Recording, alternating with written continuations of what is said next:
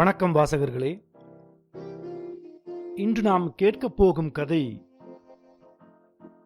ஜெயகாந்தன் அவர்கள் எழுதிய அக்னி பிரவேசம்.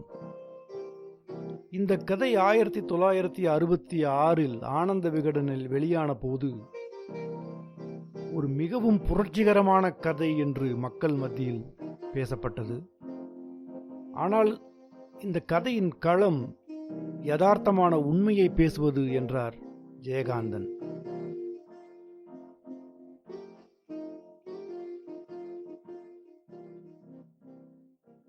மத்தியானத்திலிருந்தே விட்டு மழை பெய்து கொண்டிருக்கிறது. மாலையில் அந்த பெண்கள் கல்லூரியின் முன்னே உள்ள பஸ் ஸ்டாண்டில் வானவில்லை போல் வர்ணஜாலம் காட்டி மாணவிகளின் வரிசை ஒன்று பஸ்ஸுக்காக காத்து நின்று கொண்டிருக்கிறது. கார் வசதி படைத்த மாணவிகள் சிலர் அந்த வரிசையின் அருகே கார்களை நிறுத்தி தங்கள் நெருங்கிய சிநேகிதிகளை ஏற்றிக்கொண்டு செல்லுகின்றனர். வழக்கமாக கல்லூரி பஸ்ஸில் செல்லும் மாணவிகளை ஏற்றிக்கொண்டு அந்த சாம்பல் நிற வேனும் விரைகிறது. அரை மணி நேரத்துக்கு அங்கே ஹாரன்களின் சத்தமும் குளிரில் விரைத்த மாணவிகளின் கீச்சுக் குரல் பேச்சும் சிரிப்பொலியும் மழையின் பேரிரைச்சலோடு கலந்து ஒலித்து தேய்ந்து அடங்கிப் போன பின் 5:30 மணிக்கு மேல் 20க்கும் குறைவான மாணவிகளின் கும்பல் அந்த பஸ் ஸ்டாண்டு மரத்தடியில் கொட்டும் மழையில் 10-12 குடைகளின் கீழே கட்டிப்பிடித்து நெருக்கி அடித்துக்கொண்டு நின்றிருக்கிறது. நகரின் நடுவில் ஜனநடமாட்டம் அதிகமில்லாத மரங்கள் அடர்ந்த தோட்டங்களின் மத்தியில் பங்களாக்கள் மட்டுமே உள்ள அந்த சாலையில் மழைக்கு ஒதுங்க இடமில்லாமல் மேலாடை கொண்டு போர்த்தி மார்போடு இறுக அணைத்த புத்தகங்களோடும் மழையில் நனைந்து விடாமல் உயர்த்தி முழங்காலுக்கிடையே செருகிய புடவை கொசுவங்களோடும் அந்த மாணவிகள் வெகுநேரமாய் தத்தம் பஸ்களை எதிர்நோக்கி நின்றிருக்கின்றனர். வீதியின் மறுகோடியில் பஸ் வருகின்ற சப்தம் நரநரவென்று கேட்கிறது. என்று ஏக காலத்தில் பல குரல்கள் ஒலிக்கின்றன. வீதியில் தேங்கி நின்ற மழை நீரை இருபுறமும் வாரி இறைத்துக் கொண்டு அந்த டீசல் அநாகரீகம் வந்து நிற்கிறது.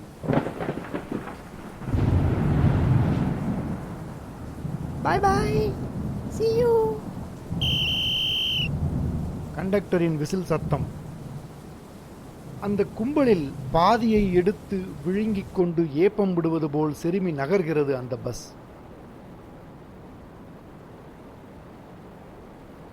பஸ் ஸ்டாண்டில் 10-12 மாணவிகள் மட்டுமே நின்றிருக்கின்றனர். மழைக்காலமாதலால் நேரத்தோடே பொழுது இருண்டு வருகிறது. வீதியில் மழை கோட்டணிந்த ஒரு சைக்கிள் ரிக்ஷாக்காரன் குறுக்கே வந்து அலட்சியமாக நின்றுவிட்ட ஒரு அனாதை மாட்டுக்காக தொண்டை கம்மிப்போன மணியை முழங்கிக் கொண்டு வேகமாய் வந்தும் அது ஒதுங்காததால் அங்கே பெண்கள் இருப்பதையும் லட்சியப்படுத்தாது அசிங்கமாக திட்டிக்கொண்டே செல்கிறான். அவன் வெகு தூரம் சென்ற பிறகு அவனது வசை மொழியை ரசித்த பெண்களின் கும்பல் அதை நினைத்து நினைத்து சிரித்து அடங்குகிறது. அதன் பிறகு வெகு நேரம் வரை அந்த தெருவில் சுவாரஸ்யம் ஏதுமில்லை. எரிச்சல் தரத்தக்க அமைதியில் மனம் சலித்து போன அவர்களின் கால்கள் ஈரத்தில் நின்று நின்று கடுக்க ஆரம்பித்து விட்டன. பஸ்ஸை காணோம். அந்த அனாதை மாடு மட்டும் இன்னும் நடுத்தெருவிலேயே நின்றிருக்கிறது. அது காளை மாடு, கிழமாடு. கொம்புகளில் ஒன்று அதன் நெற்றியில் மீது விழுந்து தொங்குகிறது. மழை நீர் முதுகின் மீது விழுந்து விழுந்து முத்து முத்தாய் தெரித்து அதன் பழுப்பு நிற வயிற்றின் இரு மருங்கிலும் கரிய கோடுகளாய் வழிகிறது. அடிக்கடி அதன் உடலில் ஏதேனும் ஒரு பகுதி, அநேகமாக வலது தொடைக்கு மேல் பகுதி, குளிரில் வெடவெடுத்து சிலிர்த்து துடிக்கிறது. எவ்வளவு நாழி இந்த கிழட்டு மாட்டையே ரசித்துக் கொண்டிருப்பது? ஒரு பெருமூச்சுடன் அந்த கும்பலில் எல்லா விதங்களிலும் விதிவிலக்காய் நின்றிருந்த அந்த சிறுமி தலை நிமிர்ந்து பார்க்கிறாள். வீதியின் மறுகோடியில் பஸ் வருகின்ற சப்தம் நரநரவென்று கேட்கிறது. பஸ் வந்து நிற்பதற்காக இடம் தந்து ஒதுங்கி அந்த மாடு வீதியின் குறுக்காக சாவதானமாய் நடந்து மாணவிகள் நிற்கும் பிளாட்பாரத்தருகே நெருங்கி தனக்கும் சிறிது இடம் கேட்பது போல் தயங்கி நிற்கிறது. Hey, it's my bus. அந்த கூட்டத்திலேயே வயதில் மூத்தவளான ஒருத்தி சின்ன குழந்தை மாதிரி குதிக்கிறாள். By by, Tata. கும்பலை ஏற்றிக்கொண்டு அந்த பஸ் நகர்ந்த பிறகு பிளாட்பாரத்தில் 2 மாணவிகள் மட்டுமே நிற்கின்றனர். அதில் ஒருத்தி அந்த சிறுமி, மற்றொருத்தி பெரியவள். இன்றைய பெரும்பாலான சராசரி காலேஜ் ரகம். அவள் மட்டுமே குடை வைத்திருக்கிறாள். அவளது கருணையில் அந்த சிறுமி ஒதுங்கி நிற்கிறாள். சிறுமியை பார்த்தால் கல்லூரியில் படிப்பவளாகவே தோன்றவில்லை. ஹைஸ்கூல் மாணவி போன்ற தோற்றம். அவளது தோற்றத்தில் இருந்தே அவள் வசதி படைத்த குடும்ப பெண் அல்ல என்று சொல்லிவிட முடியும். ஒரு பச்சை நிற பாவாடை, கலர் மேட்சே இல்லாத அவள் தாயாரின் புடவையில் கிழித்த சாயம்போய் இன்ன நிறம் என்று சொல்ல முடியாத ஒரு வகை சிவப்பு நிற தாவணி, கழுத்தில் நூலில் கோர்த்து பிரஸ் பட்டன் வைத்து தைத்த ஒரு கருப்பு மணிமாலை, காதில் கிளாவர் வடிவத்தில் எண்ணெய் இறங்குவதற்காகவே கல் வைத்து இழைத்து அதிலும் ஒரு கல்லை காணோம், கம்மல். இந்த முகத்திற்கு நகைகளே வேண்டாம் என்பது போல சுடர்விட்டு பிரகாசித்து புரண்டு புரண்டு மின்னுகிற கரைபடியாத குழந்தை கண்கள். அவளை பார்க்கின்ற யாருக்கும் எளிமையாக அரும்பி உலகின் விலை உயர்ந்த எத்தனையோ பொருள்களுக்கு இல்லாத எழிலோடு திகழும் புதிதாய் மலர்ந்துள்ள ஒரு புஷ்பத்தின் நினைவே வரும். அதுவும் இப்போது மழையில் நனைந்து ஈரத்தில் நின்று நின்று தந்த கடைசல் போன்ற கால்களும் பாதங்களும் சிலிர்த்து நீலம் பாரித்து போய் பழந்துணி தாவணியும் ரவிக்கையும் உடம்போடு ஒட்டிக்கொண்டு சின்ன உருவமாய் குளிரில் குறுகி ஓர் அம்மன் சிலை மாதிரி அவள் நிற்கையில் அப்படியே கையிலே தூக்கி கொண்டு போய்விடலாம் போல கூட தோன்றும். பஸ் வரலையே, மணி என்ன என்று குடை பிடித்துக் கொண்டிருப்பவளை அண்ணாந்து பார்த்து கேட்கிறாள் சிறுமி. 6 ஆக போறதடி என்று கைக்கடிகாரத்தை பார்த்து சலிப்புடன் கூறிய பின், அதோ ஒரு பஸ் வர்றது, அது என் பஸ்ஸாக இருந்தால் நான் போயிடுவேன் என்று குடையை மடக்கிக் கொள்கிறாள் பெரியவள். ஓ எஸ், மழையும் நின்னுருக்கு. எனக்கும் பஸ் வந்துடும். 5:45 டெர்மினஸ்லேருந்து ஒரு பஸ் புறப்படும். வர்றது என் பஸ் ஆனா நானும் போயிடுவேன் என்று ஒப்பந்தம் செய்து கொள்வது போல அவள் பேசுகையில் குரலே ஒரு இனிமையாகவும் அந்த மொழியே ஒரு மழலையாகவும் அவளே ஒரு குழந்தையாகவும் பெரியவளுக்கு தோன்ற சிறுமியின் கன்னத்தை பிடித்து கிள்ளி, சமத்தா ஜாக்கிரதையா வீட்டுக்கு போ என்று தன் விரல்களுக்கு முத்தம் கொடுத்துக் கொள்கிறாள். பஸ் வருகிறது. ஒன்றன் பின் ஒன்றாய் 2 பஸ்கள் வருகின்றன. முதலில் வந்த பஸ்ஸில் பெரியவள் ஏறிக்கொள்கிறாள். Bye bye. தேங்க்யூ, ஏன் பஸ்ஸும் வந்துடுத்து என்று கூவியவாறு பெரியவளை வழி அனுப்பிய சிறுமி பின்னால் வந்த பஸ்ஸின் நம்பரை பார்த்து ஏமாற்றம் அடைகிறாள். அவள் முக மாற்றத்தை கண்டே இவள் நிற்பது இந்த பஸ்ஸுக்காக அல்ல என்று புரிந்து கொண்ட டிரைவர் பஸ் ஸ்டாண்டில் வேறு ஆட்களும் இல்லாததால் பஸ்ஸை நிறுத்தாமலே ஓட்டிச் செல்லுகிறான். அந்த பெரிய சாலையின் ஆளரவமற்ற சூழ்நிலையில் அவள் மட்டும் தன்னந்தனியே நின்றிருக்கிறாள். அவளுக்கு துணையாக அந்த கிழமாடும் நிற்கிறது. தூரத்தில் எதிரே காலேஜ் காம்பவுண்டுக்குள் எப்பொழுதேனும் யாரோ ஒருவர் நடமாடுவது தெரிகிறது. திடீரென்று ஒரு திரை விழுந்து கவிழ்கிற மாதிரி இருள் வந்து படுகிறது. அதைத் தொடர்ந்து சீறி அடித்த ஒரு காற்றால் அந்த சாலையில் கவிழ்ந்திருந்த மரக்கிளைகளிலிருந்து படபடவென நீர்த்துளிகள் விழுகின்றன. அவள் மரத்தோடு ஒட்டி நின்று கொள்கிறாள். சிறிதே நின்றிருந்த மழை திடீரென கடுமையாக பொழிய ஆரம்பிக்கிறது. குறுக்கே உள்ள சாலையை கடந்து மீண்டும் கல்லூரிக்குள்ளேயே ஓடிவிட அவள் சாலையின் இருபக்கமும் பார்க்கும்போது அந்த பெரிய கார் அவள் வழியில் குறுக்கே வேகமாய் வந்து அவள் மேல் உரசுவது போல சடக்கென நின்று நின்ற வேகத்திலே முன்னும் பின்னும் அழகாய் அசைகின்றது. அவள் அந்த அழகிய காரை பின்னாலிருந்து முன்னே உள்ள டிரைவர் சீட் வரை விழிகளை ஓட்டி ஒரு ஆச்சரியம் போல பார்க்கிறாள். அந்த காரை ஓட்டி வந்த இளைஞன் வசீகரமிக்க புன்னகையோடு தனக்கு இடதுபுறம் சரிந்து படுத்து பின் சீட்டின் கதவை திறக்கிறான். "Please get in. I can drop you at your place" என்று கூறியவாறு தனது பெரிய விழிகளால் அவள் அந்த காரை பார்ப்பதே போன்ற ஆச்சரியத்தோடு அவன் அவளை பார்க்கிறான்.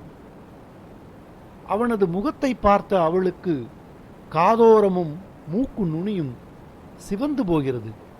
நோ தேங்க்ஸ், கொஞ்ச நேரம் கழிச்சு மழை விட்டதும் பஸ்லேயே போயிடுவேன். "Oh, it's all right, get in" என்று அவன் அவசரப்படுத்துகிறான். கொட்டும் மழையில் தயங்கி நிற்கும் அவளை கையை பற்றி இழுக்காத குறை. அவள் ஒரு முறை தன் பின்னால் திரும்பி பார்க்கிறாள். மழைக்கு புகலிடமாயிருந்த அந்த மரத்தை ஒட்டிய வளைவை இப்போது அந்த கிழமாடு ஆக்கிரமித்துக் கொண்டிருக்கிறது. அவளுக்கு முன்னே அந்த காரின் கதவு இன்னும் திறந்தே இருக்கிறது. தனக்காக திறக்கப்பட்டிருக்கும் அந்த கதவின் வழியே மழை நீர் உள்ளே சாரலாய் வீசுவதை பார்த்து அவன் அந்த கதவை மூடும்போது அவள் கையின் மேல் அவனது கை அவசரமாக விழுந்து பதனமாக அழுந்துகையில் அவள் பதறிப்போய் கையை எடுத்துக்கொள்கிறாள். அவன் முகத்தை அவள் ஏறிட்டு பார்க்கிறாள். அவன்தான் என்னமாய் அழகொழுக சிரிக்கின்றான். இப்போது அவனும் காரிலிருந்து வெளியே வந்து அவளோடு மழையில் நனைந்தவாறு நிற்கிறானே. Get in. இப்போது அந்த அழைப்பை அவளால் மறுக்க முடியவில்லை. அவள் உள்ளே ஏறியதும் அவன் கை அவளை சிறைப்பிடித்ததே போன்ற எக்களிப்பில் கதவை அடித்து சாத்துகிறது. அலையில் மிதப்பது போல் சாலையில் வழுக்கிக் கொண்டு அந்த கார் விரைகிறது. அவளது விழிகள் காருக்குள் அலைகின்றன. காரின் உள்ளே கண்ணுக்கு குளிர்ச்சியாய் அந்த வெளிரிய நீல நிற சூழல் கனவு மாதிரி மயக்குகிறது. இத்தனை நேரமாய் மழையின் குளிரில் நின்றிருந்த உடம்புக்கு காருக்குள் நிலவிய வெப்பம் இதமாக இருக்கிறது. இந்த கார் தரையில் ஓடுகிறது மாதிரி தெரியவில்லை. பூமிக்கு ஓரடி உயரத்தில் நீந்துவது போல் இருக்கிறது. சீட்டெல்லாம் எவ்வளவு அகலமா இருக்கு, தாராளமா ஒருத்தர் படுத்துக்கலாம் என்ற நினைப்பு வந்ததும் தான் ஒரு மூலையில் மார்போடு தழுவிய புத்தக கட்டுடன் ஒடுங்கி உட்கார்ந்திருப்பது அவளுக்கு ரொம்ப அநாகரிகமாக தோன்றுகிறது. புத்தக அடுக்கையும் அந்த சிறிய டிஃபன் பாக்ஸையும் சீட்டிலேயே ஒரு பக்கம் வைத்த பின்னர் நன்றாகவே நகர்ந்து கம்பீரமாக உட்கார்ந்து கொள்கிறாள். இந்த காரே ஒரு வீடு மாதிரி இருக்கு. இப்படி ஒரு கார் இருந்தா வீடே வேண்டாம். இவனுக்கும் ஐயோ இவருக்கும் ஒரு வீடு இருக்கும் இல்லையா? காரே இப்படி இருந்தா இந்த காரின் சொந்தக்காரரோட வீடு எப்படி இருக்கும்?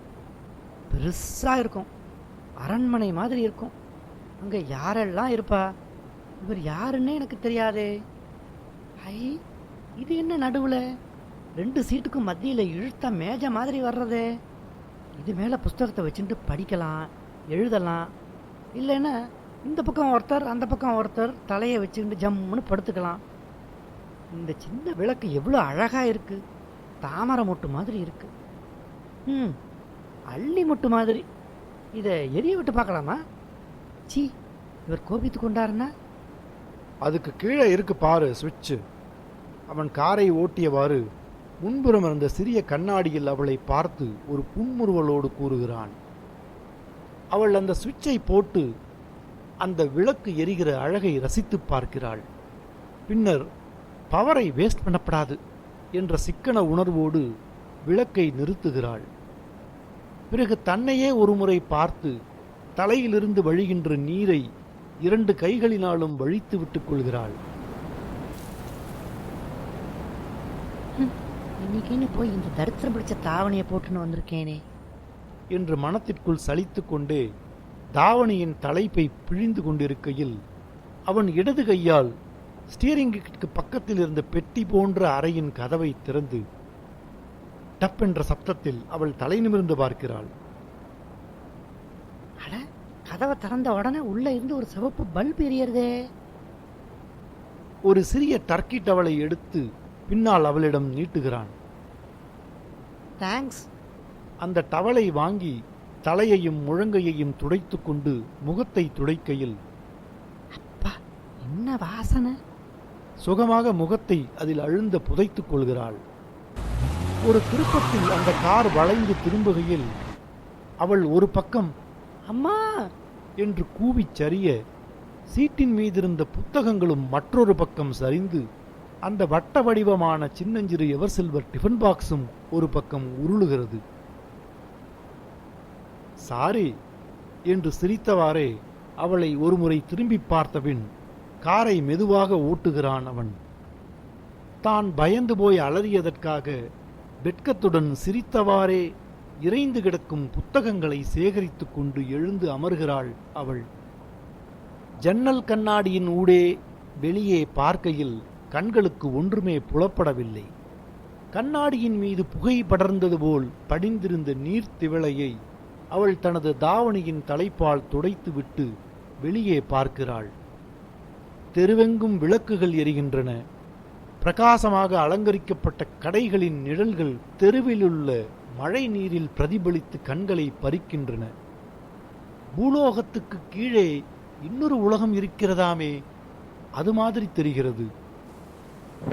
இதென்ன கார் இந்த தெருவில் போகிறது? ஓ, எங்க வீடு அங்க இருக்கு என்று அவள் உதடுகள் மெதுவாக முனகி அசைகின்றன. இருக்கட்டுமே, யார் இல்லைன்னா என்று அவனும் முனகிக் கொண்டே அவளை பார்த்து சிரிக்கிறான். என்னடி இது வம்பா போச்சு என்று அவள் தன் கைகளை பிசைந்து கொண்ட போதிலும் அவன் தன்னை பார்க்கும்போது அவனது திருப்திக்காக புன்னகை பூக்கிறாள். கார் போய்கொண்டே இருக்கிறது. நகரத்தின் ஜன நடமாட்டம் மிகுந்த பிரதான பஜாரை கடந்து பெரிய பெரிய கட்டிடங்கள் நிறைந்த அகலமான சாலைகளை தாண்டி அழகிய பங்களாக்களும் பூந்தோட்டங்களும் மிகுந்த அவென்யூக்களில் புகுந்து நகரத்தின் சந்தடியே அடங்கிப்போன ஏதோ ஒரு ட்ரங்க் ரோடில் கார் போய்கொண்டிருக்கிறது. இந்த மழையில் இப்படி ஒரு காரில் பிரயாணம் செய்து கொண்டிருப்பது அவளுக்கு ஒரு புதிய அனுபவமானபடியினால் அதில் ஒரு குதூகலம் இருந்த போதிலும் அந்த காரணம் பற்றியே அடிக்கடி ஏதோ ஒரு வகை பீதி உணர்ச்சி அவளது அடி வயிற்றில் மூண்டு எழுந்து மார்பில் என்னமோ செய்து கொண்டிருக்கிறது. சின்ன குழந்தை மாதிரி அடிக்கடி வீட்டுக்கு போக வேண்டும் என்று அவனை நச்சரிக்கவும் பயமாயிருக்கிறது. தன்னை அந்த பஸ் ஸ்டாண்டின் தனிமையில் விட்டுவிட்டு போனாளே, அவளை பற்றிய நினைவும், அவள் தன் கன்னத்தை கிள்ளியவாறு சொல்லிவிட்டு போனாளே, அந்த வார்த்தைகளும் இப்போது அவள் நினைவுக்கு வருகின்றன. சமத்தா ஜாக்கிரதையா வீட்டுக்கு போ. நான் இப்போ அசடாயிட்டேனா? இப்படி முன்பின் தெரியாத ஒருத்தரோட கார்ல ஏறிண்டு தனியா போறது தப்பில்லையோ? இவரை பார்த்தால் கெட்டவர் மாதிரி தெரியலையே. என்ன இருந்தாலும் நான் வந்திருக்க கூடாது. இப்போ என்ன பண்றது? எனக்கு அழுக வருதே. சி, அழக்கூடாது. அழுதா இவர் கோபித்து கொண்டு, அசடே இங்கேயே கிடன்னு இறக்கி விட்டுட்டு போயிட்டா இப்படி வீட்டுக்கு போறது? எனக்கு வழியே தெரியாதே. நாளைக்கு ஜுவாலஜி ரெக்கார்டு வேற சப்மிட் பண்ணணுமே, வேலை நிறைய இருக்கு. அவளது பார்வை எதிர்ப்புற கண்ணாடியின் மீது கிடந்து அவளைப் போல் தத்தளித்துக் கொண்டிருக்கும் வைப்பரையே வெறித்துக் கொண்டிருக்கிறது. கடைசியில் தைரியமாக அவளை அறியாமலேயே அந்த வார்த்தைகளை அவள் கேட்டு விடுகிறாள். இப்ப நாம எங்க போறோம்? அவளது படபடப்பான கேள்விக்கு அவன் ரொம்ப சாதாரணமாக பதில் சொல்கிறான். எங்கேயும் இல்லை, சும்மா ஒரு டிரைவ். நேரம் ஆயிடுத்தே, வீட்டுல அம்மா தேடுவா. ஓ எஸ், திரும்பிடலாம். கார் திரும்புகிறது. ட்ரங்க் ரோடை விட்டு விலகி பாலைவனம் போன்ற ஒரு திடலுக்குள் பிரவேசித்து அதிலும் வெகு தூரம் சென்று அதன் மத்தியில் நிற்கிறது கார். கண்ணு கெட்டிய தூரம் இருளும் மழையும் சேர்ந்து அரண் அமைத்திருக்கின்றன. அந்த அத்துவான காட்டில் தவளைகளின் கூக்குரல் பேரோலமாக கேட்கிறது. மழையும் காற்றும் முன்னைவிட மூர்க்கமாய் சீறி விளையாடுகின்றன. காருக்குள்ளேயே ஒருவர் முகம் ஒருவருக்கு தெரியவில்லை. திடீரென்று கார் நின்று விட்டதைக் கண்டு அவள் பயந்த குரலில் கேட்கிறாள், ஏன் கார் நின்னுடுத்து? பிரேக் டவுனா? அவன் அதற்கு பதில் சொல்லாமல் இடி இடிப்பது போல சிரிக்கிறான். அவள் முகத்தை பார்ப்பதற்காக காரினுள் இருந்த ரேடியோவின் பொத்தான்களை அமுக்குகிறான்.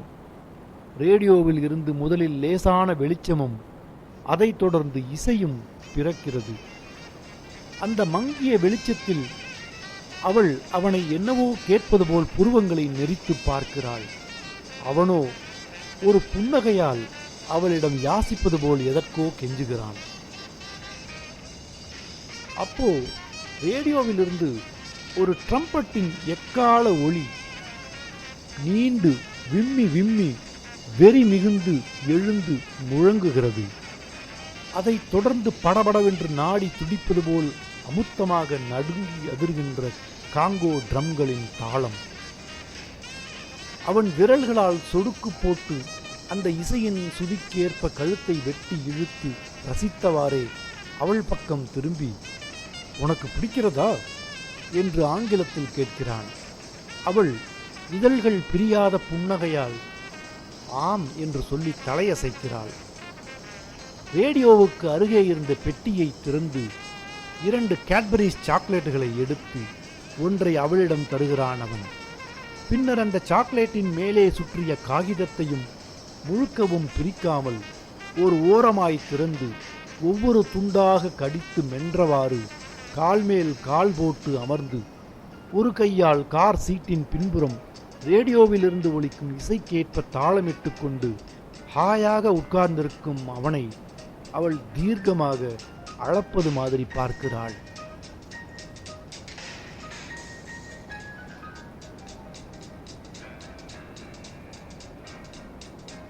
அவன் அழகாகத்தான் இருக்கிறான்.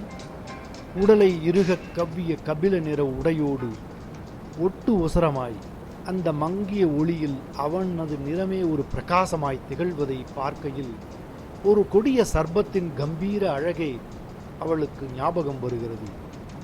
பின்னாலிருந்து பார்க்கையில் அந்த கோணத்தில் ஓரளவே தெரியும் அவனது இடது கண்ணின் விழிக்கோணம் ஒளி உமிழ்ந்து பளபளக்கிறது.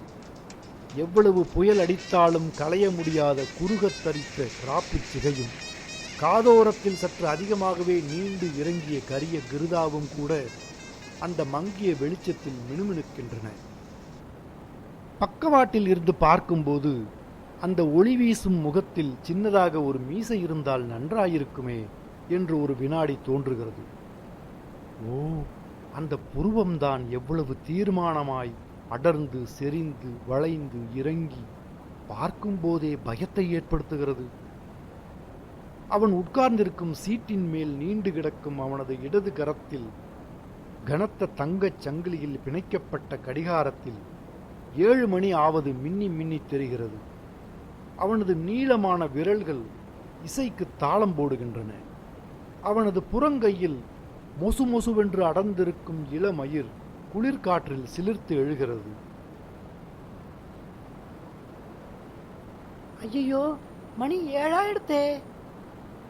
சாக்லேட்டை தின்றவாறு அமைதியாய் அவனை வேடிக்கை பார்த்து கொண்டிருந்த அவள் திடீரென்று வாய்விட்டு கூறிய குரலை கேட்டு அவனும் ஒரு முறை கை கடிகாரத்தை பார்த்துக் கொள்கிறான். காரின் முன்புற கதவை அவன் லேசாக திறந்து பார்க்கும்போது மழையின் ஓலம் பேரோசையாய் கேட்கிறது. அவன் ஒரு நொடியில் கதவை திறந்து கீழே இறங்கிவிட்டான். எங்கே என்று அவள் அவனிடம் பதற்றத்தோடு கேட்டது கதவை மூடிய பிறகு வெளியே நின்றிருக்கும் அவனது செவிகளில் அமுங்கி ஒலிக்கிறது. எங்க போறீங்க? எங்கேயும் போல, இங்கதான் வரேன் என்று ஆங்கிலத்தில் கூறியவாறு அந்த சிறு போதில் தெப்பமாய் நனைந்து விட்ட அவன் பின் சீட்டின் கதவை திறந்து கொண்டு உள்ளே வருகிறான். அவள் அருகே அமர்ந்து சீட்டின் மீது கிடந்த சற்று முன் ஈரத்தை துடைத்துக் கொள்வதற்காக அவளுக்கு அவன் தந்த டவலை எடுத்து முகத்தையும் பிடரியையும் துடைத்து கொண்டபின் கையில் இருந்த சாக்லேட் காகிதத்தை கசக்கி எறிகிறான். அவள் இன்னும் அந்த சாக்லேட்டை கொஞ்சம் கொஞ்சமாக சுவைத்துக் கொண்டிருக்கிறாள். அவன் சட்டை பையில் இருந்த ஒரு சிறிய டப்பாவை எடுக்கிறான். அதனுள் அடுக்காக இருக்கும் மிட்டாய் போன்ற ஒன்றை எடுத்து வாயிலிட்டு கொண்டு அவளிடம் ஒன்றை தருகிறான். என்ன அது? சூயிங்கம். ஐயோ, எனக்கு வேண்டாம். Try, you will like it.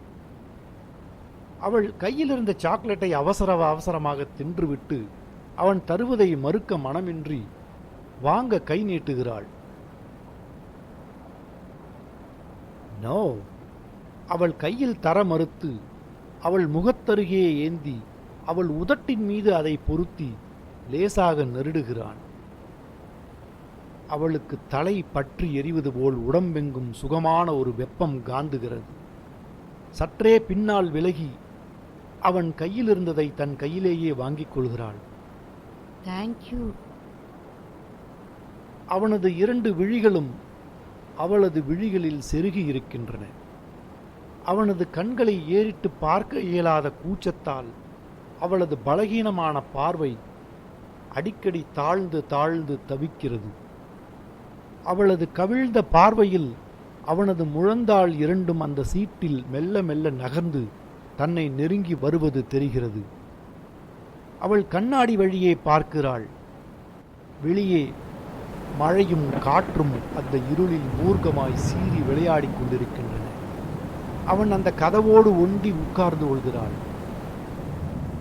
அவனும் மார்பின் மீது கைகளை கட்டியவாறு மிகவும் கௌரவமாய் விலகி அமர்ந்து அவள் உள்ளத்தை துருவி அறியும் ஆர்வத்தோடு அவளை பயில்கிறான். Do you like this car? இந்த கார் உனக்கு பிடித்திருக்கிறதா என்று ஆங்கிலத்தில் கேட்கிறான்.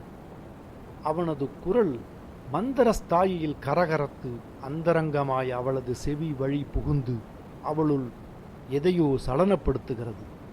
அந்த சலனத்தை வெளிக்காட்டிக் கொள்ளாமல் ஒரு புன்னகையுடன் சமாளித்து அவளும் பதில் சொல்கிறாள். ஓ, இட் இஸ் நைஸ். அவன் ஆழ்ந்த சிந்தனையோடு பெருமூச்சு எறிந்து தலை குனிந்தவாறு ஆங்கிலத்தில் சொல்கிறான். உனக்கு தெரியுமா, இந்த கார் 2 வருஷமாக ஒவ்வொரு நாளும் உன் பின்னாலேயே அலைஞ்சிட்டு இருக்கு. Do you know that?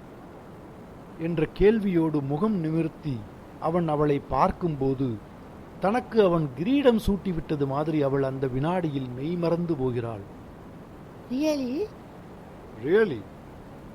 அவனது வெப்பமான சுவாசம் அவளது பிடரியில் லேசாக எழுகிறது. அவனது ரகசிய குரல் அவளது இருதயத்தை உரசி சிலிர்க்கிறது. Do you like me? என்ன உனக்கு பிடிச்சிருக்கா? விலக இடமில்லாமல் அவள் தனக்குள்ளாகவே ஒடுங்குவதைக் கண்டு அவன் மீண்டும் சற்றே விலகுகிறான். வெளியே மழை பெய்து கொண்டிருக்கிறது. ரேடியோவிலிருந்து அந்த ட்ரம்பட்டின் இசை புதிய புதிய லய விந்நியாசங்களை பொழிந்து கொண்டிருக்கிறது. ரொம்ப நல்லா இருக்குல்ல? இந்த சூழ்நிலையை பற்றி, இந்த அனுபவத்தை குறித்து அவளது உணர்ச்சிகளை அறிய விழைந்து அவன் கேட்கிறான். நல்லா இருக்கு, ஆனா பயமா இருக்கே. பயமா? எதுக்கு எதுக்கு பயப்படணும்? அவளை தேற்றுகின்ற தோரணையில் தோளை பற்றி அவன் குலுக்கிய போது தன் உடம்பில் இருந்து நயமிக்க பெண்மையே அந்த குழுக்களில் உதிர்ந்தது போன்று அவள் நிலைகுலைந்து போகிறாள். எனக்கு பயமா இருக்கு, எனக்கு இதெல்லாம் புதுசா இருக்கு. எதுக்கு இந்த சர்டிபிகேட் எல்லாம் என்று தன்னுள் முனகியவாறே இந்த முறை பின்வாங்கப் போவதில்லை என்ற தீர்மானத்தோடு மீண்டும் அவளையே அவன் நெருங்கி வருகிறான். மே ஐ கிஸ் யூ? அவளுக்கு என்ன பதில் சொல்வது என்று புரியவில்லை. நாக்கு புரள மறுக்கிறது. அந்த குளிரிலும் முகமெல்லாம் வியர்த்து தேகம் பதறுகிறது. திடீரென்று அவள் காதோரத்திலும் கன்னங்களிலும் உதடுகளிலும் தீயால் சுட்டுவிட்டதைப் போல் அவனது கரங்களில் கிடந்த அவள் துடிதுடித்து ப்ளீஸ் ப்ளீஸ் என்று கதற கதற அவன் அவளை வெறிகொண்டு தழுவி தழுவி அவளது கதறல் மெலிந்து தேய்ந்து அடங்கிப் போகிறது. அவனை பழி தீர்ப்பது போல் இப்போது அவளது கரங்கள் அவனது கழுத்தை இறுக பின்னி இணைந்திருக்கின்றன. வெளியே வானம் கிழிந்து அறுபட்டது. மின்னல்கள் சிதறித் தெரித்தன. இடியோசை முழங்கி வெடித்தது. அந்த இடி எங்கோ விழுந்திருக்க வேண்டும்.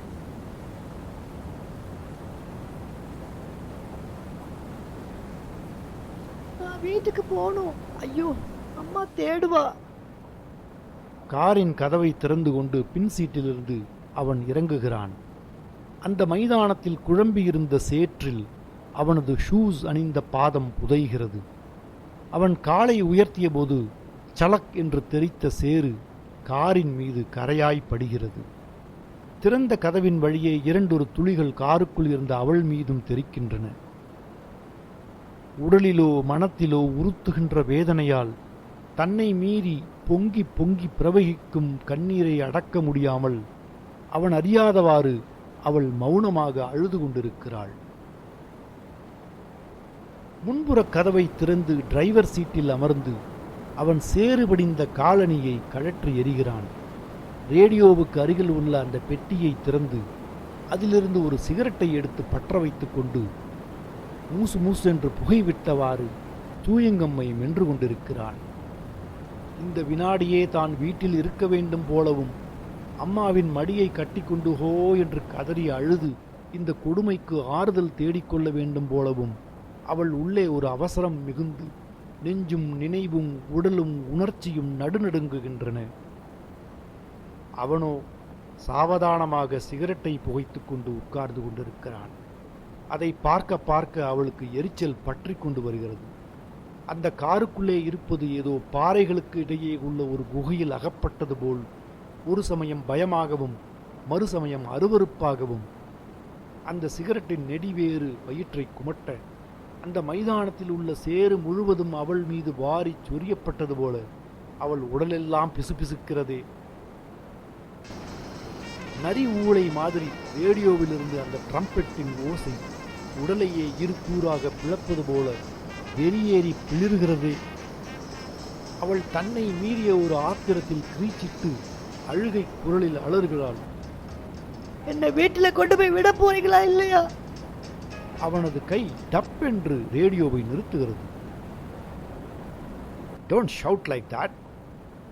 அவன் எரிச்சல் மிகுந்த குரலில் அவளை எச்சரிக்கிறான். கத்தாதே. அவனை நோக்கி 2 கரங்களையும் கூப்பி பரிதாபமாக அழுதவாறு அவள் கெஞ்சுகிறாள். எங்க அம்மா தேடுவா. என்னை கொண்டு போய் வீட்டில் விட்டுட்டா உங்களுக்கு கோடி புண்ணியம் என்று வெளியே கூறினாலும் மனதிற்குள் என் புத்தியை செருப்பால் அடிக்கணும். நான் இப்படி வந்திருக்கவே கூடாது. ஐயோ, என்னென்னவோ ஆயிடுத்தே என்ற புலப்பமும் எங்காவது தலையை மோதி உடைத்து கொண்டால் தேவலை என்ற ஆத்திரமும் மூண்டு தகிக்க பற்களை நரநரவென்று கடிக்கிறாள். அந்த வினாடியில் அவள் தோற்றத்தைக் கண்டு அவன் நடுங்குகிறான். ப்ளீஸ் டோன்ட் கிரியேட் சீன்ஸ் என்று அவளை கெஞ்சி வேண்டிக் கொண்டு சலிப்போடு காரை திருப்புகிறான். அந்த இருண்ட சாலையில் கண்களை கூச வைக்கும் ஒளியை வாரி இறைத்தவாறு உருமி விரைந்து கொண்டிருக்கிறது கார். சி, என்ன கஷ்டம். பிடிக்கலைன்னு அப்பவே சொல்லியிருக்கலாமே. ஒரு அருமையான சாயங்கால பொழுது பாழாகிவிட்டது. பாவம், இதெல்லாம் காலேஜில் படித்து என்ன பண்ண போகிறதோ. இன்னும் கூட அழறாளே. அவன் அவள் பக்கம் திரும்பி அவளிடம் மன்னிப்பு கேட்டுக்கொள்கிறான். ஐ ஆம் சாரி. உனது உணர்ச்சிகளை நான் புண்படுத்தியிருந்தால் தயவுசெய்து மன்னித்துக்கொள். அவளை அவளது இடத்தில் இறக்கி விட்டு அந்த நிகழ்ச்சியையே மறந்து நிம்மதி காண வேண்டும் என்கிற அவசரத்தில் அவன் காரை அதிவேகமாக ஓட்டுகிறான். இன்னும் மழை பெய்து கொண்டிருக்கிறது. சந்தடியே இல்லாத ட்ரங்க் ரோட்டை கடந்து அழகிய பங்களாக்களும் பூந்தோட்டங்களும் மிகுந்த அவென்யூக்களில் புகுந்து பெரிய பெரிய கட்டிடங்கள் மிகுந்த அந்த பிரதான பஜாரில் போய்க் கொண்டிருந்த கார் ஒரு குறுக்கு தெருவில் திரும்பி அவளது வீட்டை நோக்கி போய்க் கொண்டிருக்கிறது. இங்கே நிறுத்துங்கள், நான் இறங்கிக் கொள்கிறேன் என்று அவளாகச் சொல்லுவாள் என்று அவளது தெரு நெருங்க நெருங்க அவன் யோசித்து காரை மெதுவாக ஓட்டுகிறான். அவள் அந்த அளவுக்கு கூட விவரம் தெரியாத பேதை என்பதை புரிந்து கொண்டு அவனே ஓரிடத்தில் காரை நிறுத்தி கூறுகிறான். வீடு வரைக்கும் கொண்டு வந்து நான் விடக்கூடாது. அதனால் நீ இங்கேயே இறங்கி போயிடு. அவளை பார்க்கவே அவனுக்கு பரிதாபமாகவும் வருத்தமாகவும் இருக்கிறது. ஏதோ குற்ற உணர்வில் அல்லது கடன்பட்டு விட்டது போன்ற நெஞ்சின் உறுத்தலில் அவனது கண்கள் கலங்கி விவஸ்தையற்ற கண்ணீர் பளபளக்கிறது. அவனே இறங்கி வந்து ஒரு பணியாள் மாதிரி அவளுக்காக காரின் கதவை திறந்து கொண்டு மழை தூறலில் நின்று கொண்டிருக்கிறான். உணர்ச்சிகள் மரத்துப் போன நிலையில் அவள் தனது புத்தகங்களை சேகரித்து கொண்டு கீழே விழுந்திருந்த அந்த சிறிய வட்ட வடிவமான எவர் சில்வர் டிஃபன் பாக்ஸை தேடி எடுத்துக்கொண்டு தெருவில் இறங்கி அவன் முகத்தை பார்க்க முடியாமல் தலைகுனிந்து நிற்கிறாள்.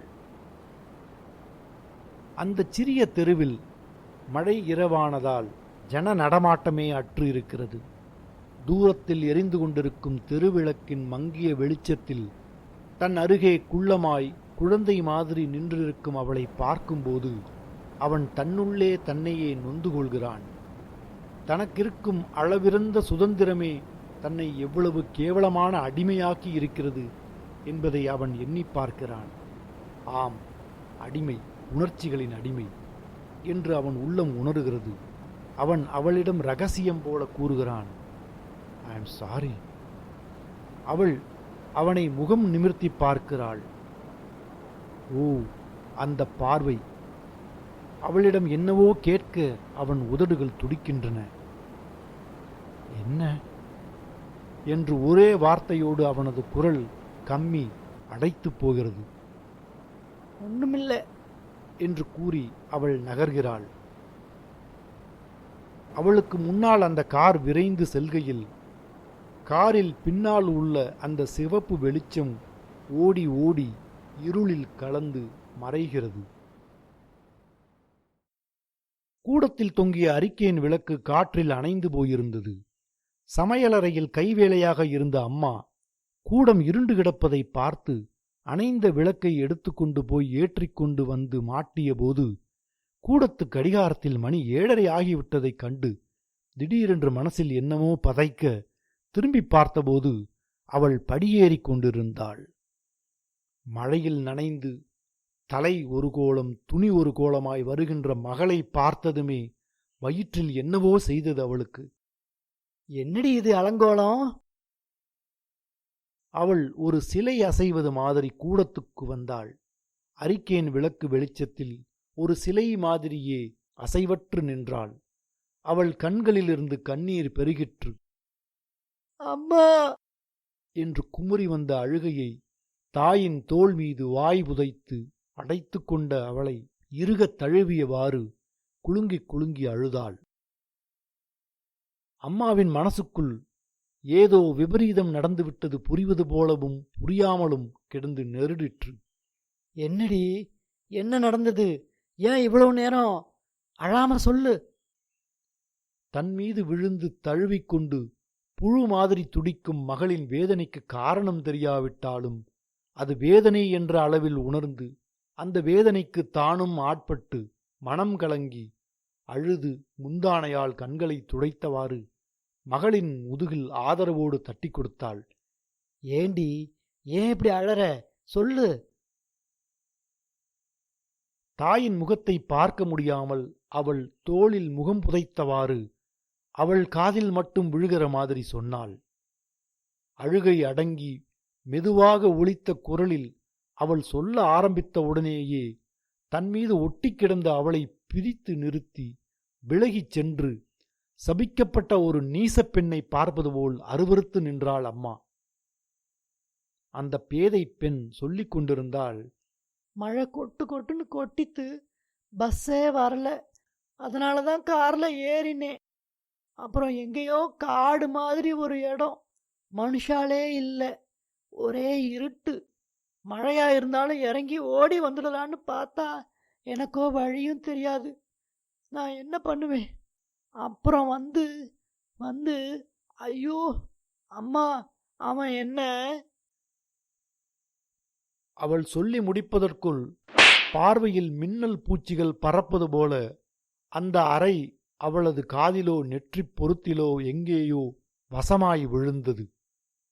கூடத்து மூலையில் அவள் சுருண்டு விழ கையிலிருந்த புத்தகங்கள் நாற்புறமும் சிதறி டிஃபன் பாக்ஸ் கீழே விழுந்து கனகனத்து உருண்டது. அடி பாவி, என் தலையில நெருப்பு கொட்டிட்டாயே என்று அலற திறந்த வாய் திறந்த நிலையில் அடைபட்டது. அது 4 குடித்தனங்கள் உள்ள வீடு. சத்தம் கேட்டு பின்கட்டிலிருந்து சிலர் அங்கே ஓடி வந்தார்கள்.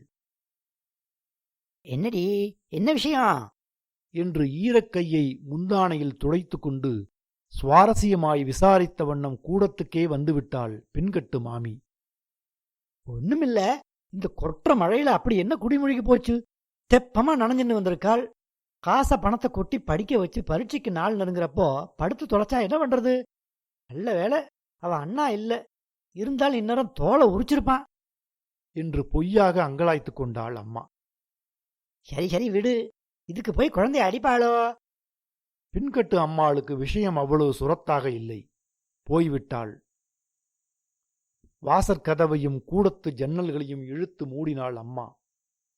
ஓர் அறையில் பூனைக்குட்டி மாதிரி சுருண்டு விழுந்து அந்த அடிக்காக கொஞ்சம் கூட வேதனைப்படாமல் இன்னும் பலமாய் தன்னை அடிக்க மாட்டாளா, உயிர் போகும் வரை தன்னை மிதித்து துவைக்க மாட்டாளா என்று எதிர்பார்த்து அசைவற்று கிடந்த மகளை எரிப்பது போல் வெறித்து விழித்தாள் அம்மா.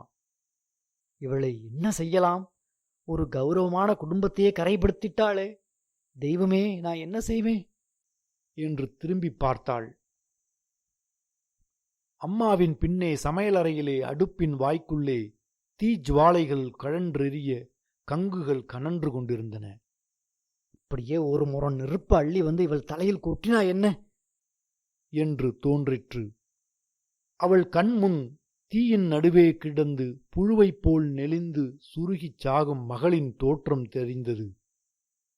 அப்புறம் அத்துடன் இந்த களங்கம் போய்விடுமா? ஐயோ மகளே, உன்னை என் கையால் கொன்றபின் நான் உயிர் வாழவா?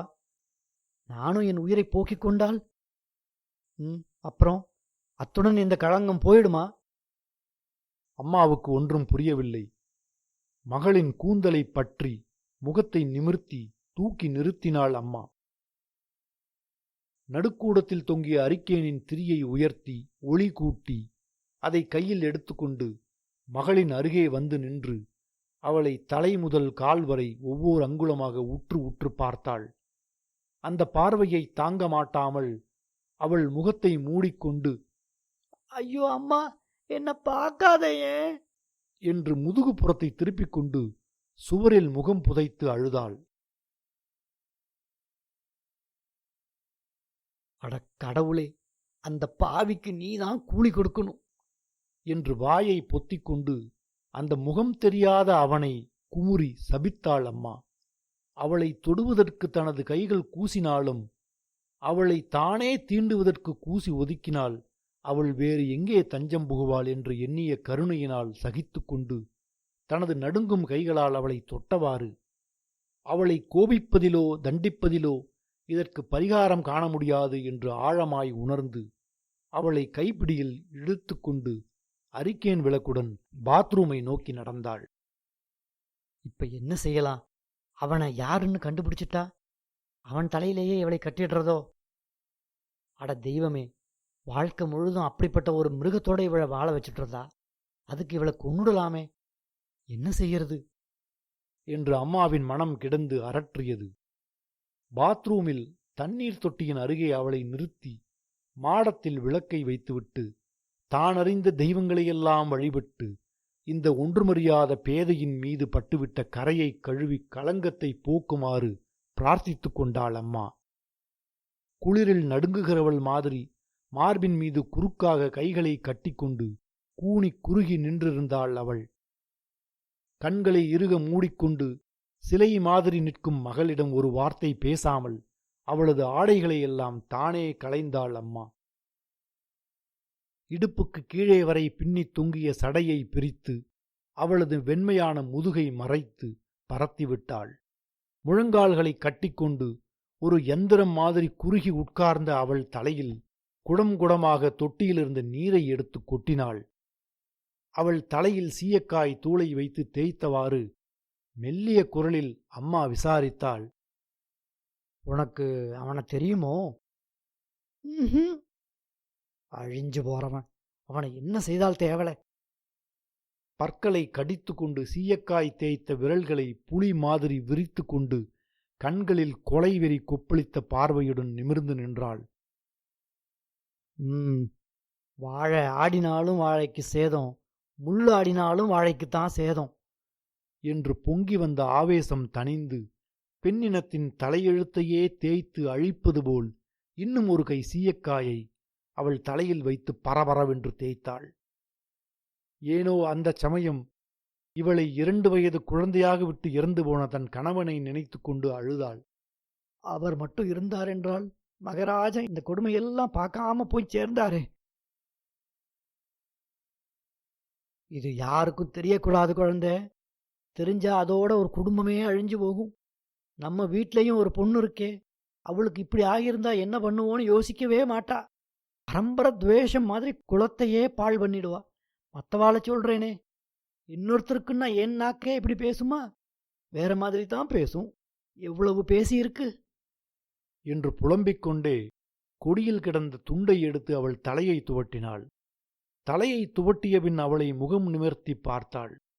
கழுவித் துடைத்த பீங்கான் மாதிரி வாலிபத்தின் கரைகள் கூட படிவதற்கு வழியில்லாத அந்த குழந்தை முகத்தை சற்று நேரம் உற்று பார்த்து மகளின் நெற்றியில் ஆதரவோடு முத்தமிட்டாள்.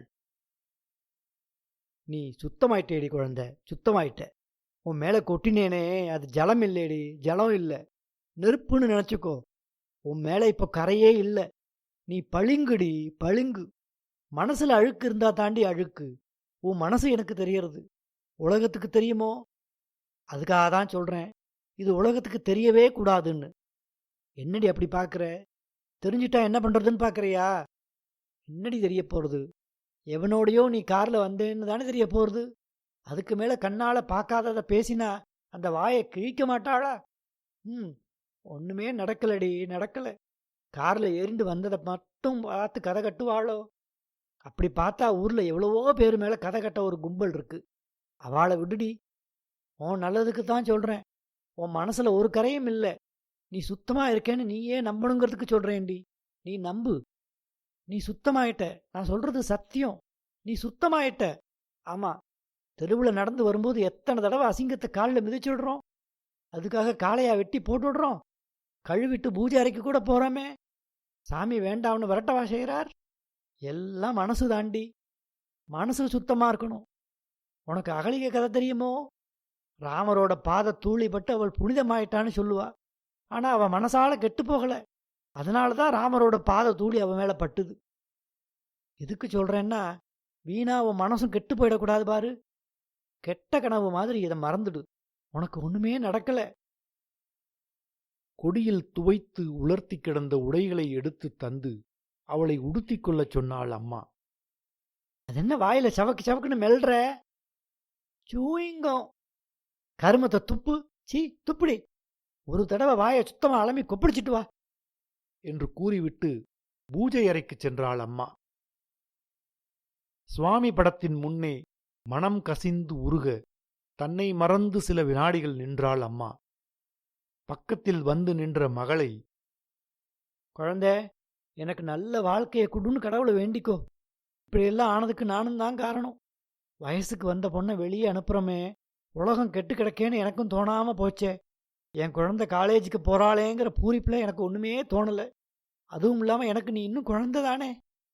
ஆனா நீ இனிமே உலகத்துக்கு குழந்தை இல்லையடி. இதை மறந்துடு. என்ன மறந்துடுன்னா சொன்னேன்? இல்ல, இதை மறக்காம இனிமே நடந்துக்கோ. யார்கிட்டையும் இதை பத்தி பேசாத. இந்த ஒரு விஷயத்துல மட்டும் வேண்டியவா நெருக்கமானவான்னு கிடையாது.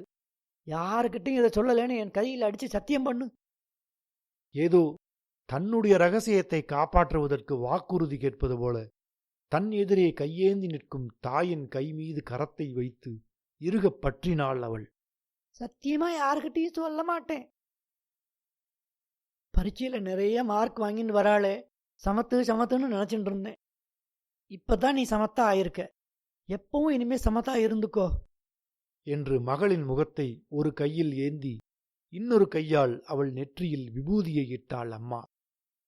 அந்த பேதையின் கண்களில் பூஜை அறையில் எரிந்த குத்துவிளக்குச் சுடரின் பிரபை மின்னி பிரகாசித்தது.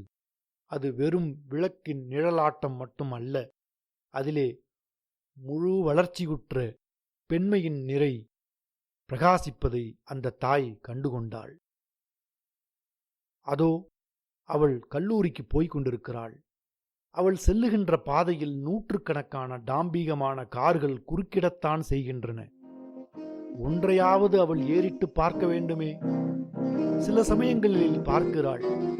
அந்த பார்வையில் தன் வழியில் அந்த காரோ அந்த காரின் வழியில் தானோ குறுக்கிட்டு மோதிக்கொள்ளக்கூடாதே என்கிற ஜாக்கிரதை உணர்ச்சி மட்டும் இருக்கிறது.